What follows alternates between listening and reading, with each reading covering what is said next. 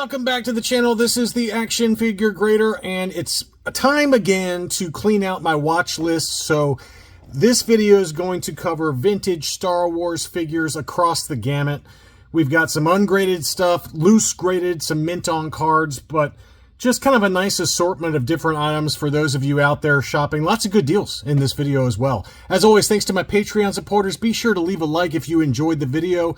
And if you want 24 hours early access to all my videos, as well as buy it now alerts for new listings on eBay, you can do that at patreon.com/actionfiguregrader. All right, so I think we're starting off with kind of some interesting Japanese poppies. So Gold Star Tech was back again with some more Japanese poppies, but these were not what I would call complete. They were just in this one anyway, was the loose figure along with the paperwork and the box.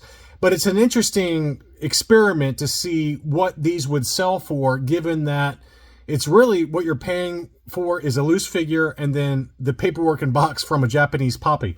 And this is one of the tougher ones to find. This is the R5D4. If you had this one complete with the apology note, this one, the box art has the incorrect name for the figure, apparently. And for complete Japanese poppies, at least for some of them, they included a little Japanese apology note on a white piece of paper that says, "Sorry, we misnamed it. Sorry." It's like forgiving after the fact, right? It's better to ask for forgiveness than permission. And that's basically what they did. So those are very expensive. AFA graded examples, very, very pricey. And so this one, I was just kind of curious to see what it would go for. It's still sold for $393. Good display piece, but certainly not what I would call a complete poppy. Likewise, here was Luke Skywalker, just a standard Luke Skywalker figure, along with just the Japanese poppy box, not even the paperwork or anything like that. And this one went for $312.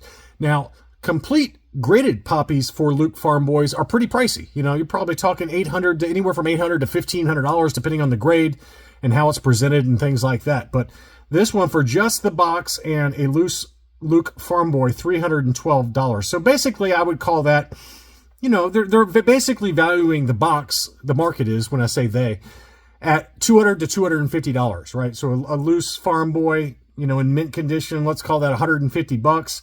This one, I can't speak to how mint it is. It doesn't look mint.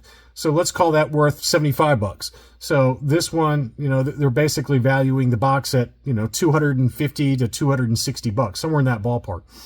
Next up is another Luke. This is one, speaking of my buy it now alerts, this is one I did send out to my Patrons because it was a great deal. This is a Glasslite Brazilian Luke Farm Boy graded UKG 80%. And I've seen these very regularly sell on Facebook, loose complete, ungraded for this price. It was listed for 375 pounds, which is $485.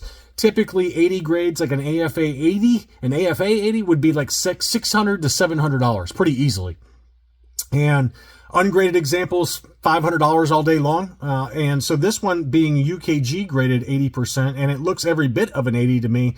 I thought that was a great deal, and I'm glad that one of y'all were able to get that in terms of my Patreon supporters. Now, here's an example of a poppy. I don't know how I got them out of order, but I did. Here's the other poppy that Gold Star Tech recently sold. Now, this is complete, right? This is the baggie for R2-D2 along with all the paperwork inside. The baggie looks super clean. I don't see anything that stands out as being incorrect.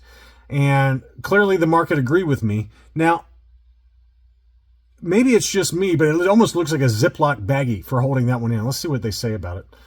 Popy ESP R2-D2 figure S3.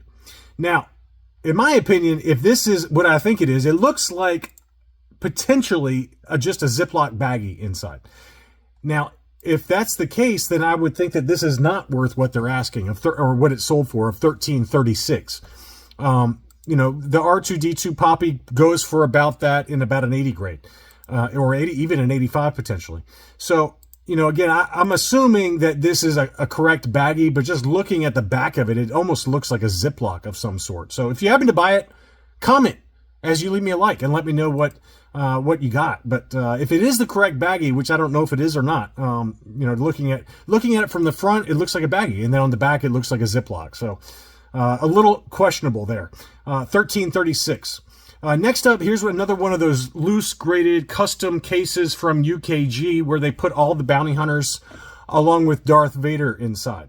And this was a cool one. I had it on my what to buy list maybe 2 or 3 weeks ago. I can't remember exactly when, but it did finally sell for £995, which is $1,289. All of them were UKG 85s and a very nice looking set overall. Now, the Vader was a Hong Kong, Dengar was a Hong Kong, IG-88 same for Boba Fett. The Bosk and the Zuckuss were no COOs. And so that's just an interesting side note. We've seen different COOs for these presentations before, but that one did finally sell, and it's a really cool set if you got the display space for it. Here's a Spanish PBP Snaggletooth, another one I sent out to my Patreons. UKG 85%, no COO Scar. That one did sell for £130, which is $168 US. Pretty fair price if you ask me for a UKG 85. Here was a Yak Face UKG 85% that sold in an auction, and you know, Yak Face has certainly come back down to earth, at least over in the UK. Here in the US, there's people that pay more than this for just a loose, complete Yak Face ungraded. Very regularly as well. But at least over in the UK, I guess they have a bigger supply of them. And this one sold for £410, which is $531 US. Another one I sent out to my Patreons was this one. This is a Luke Skywalker X-Wing pilot, UKG 85%, and it's the blank raised bar version. So a very tough to find variant. I would call this one a Meccano Luke.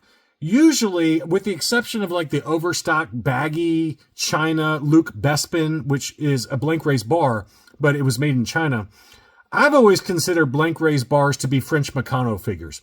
Whether that's true or not is anyone's guess. That's just what I've learned, you know, just talking to various people on Facebook. And this one was a mint one. You can see how mint it is. It's very tough to get an 85 from any of the graders for a Luke X-Wing, and this one certainly was deserving of it. And it did sell for £145, which is $187 US. That was a bargain. I almost bought it myself, but I'm glad someone else did. Here are a couple of Boba Fetts that sold. Both of them were UKG 85 Taiwans. And what is it worth to get one where the head is not turned inside the acrylic case? This was a good measuring stick for that, because one of them had the head straight, the other one had the head turned to the side, and they both sold at the exact same time. So the one that had the head straight sold for $224 US.